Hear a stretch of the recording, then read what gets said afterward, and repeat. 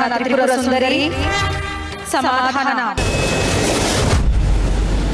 ನೀನು ನನ್ನ ಮೇಲೆ ಶಕ್ತಿ ಪ್ರಯೋಗ ಮಾಡುವ ಮೊದಲು ನನಗೊಂದು ವರವನ್ನು ಕೊಡುತ್ತೇನೆ ಎಂದು ಹಿಂದೊಮ್ಮೆ ಹೇಳಿದ್ದೆ, ನೆನಪಿದೆಯಾ?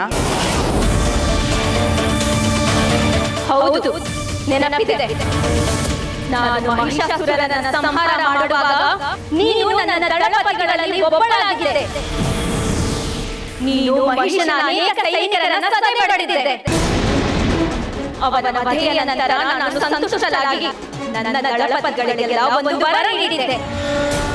ನೀನು ಆಗ ವರ ಕೇಳದೆ ಸಮಯ ಬಂದಾಗ ವರ ಕೇಳುತ್ತೇನೆ ಎಂದಿದ್ದೆ.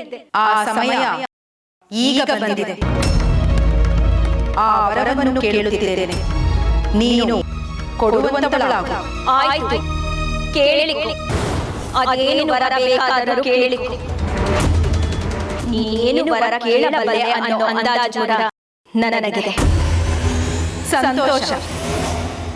ನಾನು ಈಗ ಕೇಳುವ ವರವೇನೆಂದರೆ, ನಾನು ಮಾಡುವ ಯಾವುದೇ ಕೆಲಸವನ್ನು ನೀನು ತಡೆಯುವುದಿಲ್ಲ, ಅಡ್ಡಿ ಮಾಡುವುದಿಲ್ಲ ಎಂದು ನನಗೆ ಮಾತು ಕೊಡು ತ್ರಿಪುರ ಸುಂದರಿ. ಇದೇ ನಾನು ನಿನಗೆ ಕೇಳುತ್ತಿರುವ ವರ. ದಯಪಾಲಿಸು ತ್ರಿಪುರ ಸುಂದರಿ.